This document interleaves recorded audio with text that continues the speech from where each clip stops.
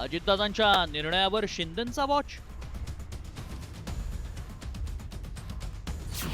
भाजप शिंदेंवर मेहरबान. भाजपनं छाटले अजितदादांचे पंख. राज्यातील सर्वच विभागाच्या फाईल्सचा प्रवास आता उपमुख्यमंत्री आणि अर्थमंत्री अजित पवारांच्या दालनातून उपमुख्यमंत्री एकनाथ शिंदेंच्या दालनाकडे होणार आहे. आणि त्यानंतर या फाईल्स मुख्यमंत्री देवेंद्र फडणवीसांच्या दालनात अंतिम निर्णयासाठी येतील. होय, तुम्ही बरोबर ऐकताय.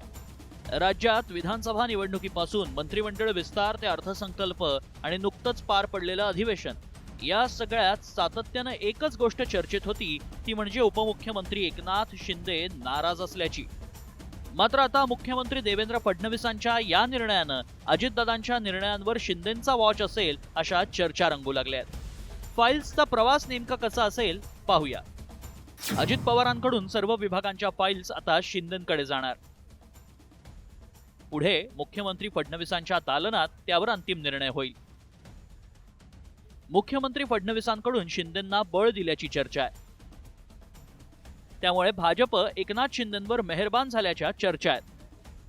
दुसरीकडे अजित पवारांच्या अधिकारांवर नियंत्रण भाजपनं आणलंय का, असाही सवाल उपस्थित होतोय.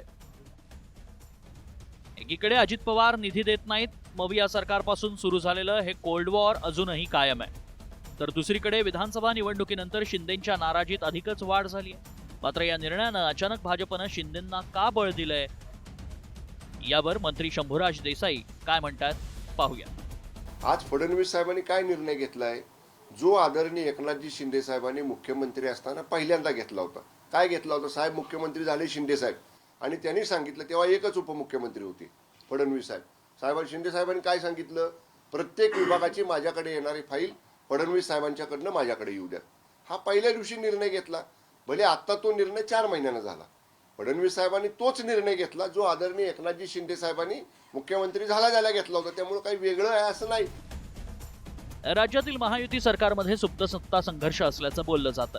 महायुतीच्या नेत्यांनी या चर्चा फेटाळल्या असल्या तरी एकमेकांवर कुरघोडी करण्याची संधी तीनही पक्ष सोडत नाहीत. मात्र 2 उपमुख्यमंत्र्यांमध्ये अधिकाराची समान वाटणी झाल्याची चर्चा असली तरी प्रत्यक्षात भाजपनं अजितदादांचेच पंख छाटून शिंदेंना बळ दिलंय का? आता यावर अजित पवार काय भूमिका घेणार याकडे लक्ष लागलंय. त्यावरून महायुतीत पुन्हा संघर्ष पेटतो का हेच पाहायचं.